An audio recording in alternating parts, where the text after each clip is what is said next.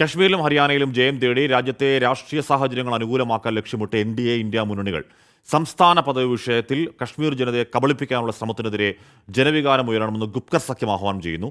വികസന സ്ഥിരത ഉറപ്പിക്കാൻ കശ്മീരിലും സ്വന്തം സർക്കാർ വരണമെന്നാണ് BJP പ്രചരണം. അനുച്ഛേദം 370 റദ്ദായ ജമ്മു കശ്മീരിൽ വിജയത്തിൽ കുറഞ്ഞൊന്നും BJP ലക്ഷ്യം വയ്ക്കുന്നില്ല.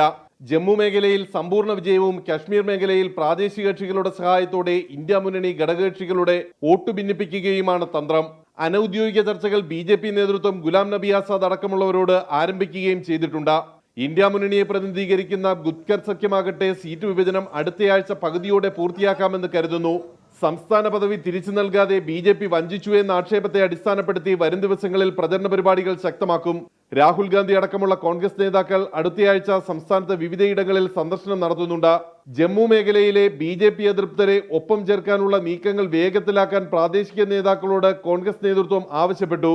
ഹരിയാനയിലെ സ്ഥാനാർത്ഥി നിർണയ അജണ്ടയിൽ ഇന്നു മുതൽ BJP നേതൃയോഗം ഡൽഹിയിൽ തുടങ്ങിയിട്ടുണ്ട്. Jannayak Janta party, Indian National Lokdal നേതൃയോഗങ്ങളും ഇന്ന് ഹരിയാനയിൽ തെരഞ്ഞെടുപ്പ് തന്ത്രങ്ങൾ രൂപപ്പെടുത്താൻ തുടങ്ങി.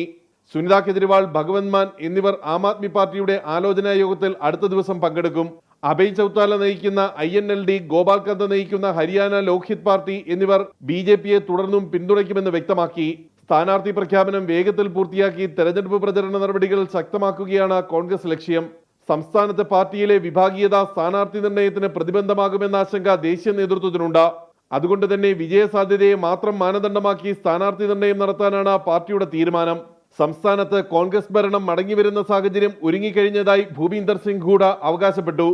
ബഹുജൻ സമാജ് പാർട്ടിയുമായി സഖ്യമുണ്ടാക്കുമെന്ന് INLD വ്യക്തമാക്കി. R. രാധാകൃഷ്ണൻ, 24, ഡൽഹി.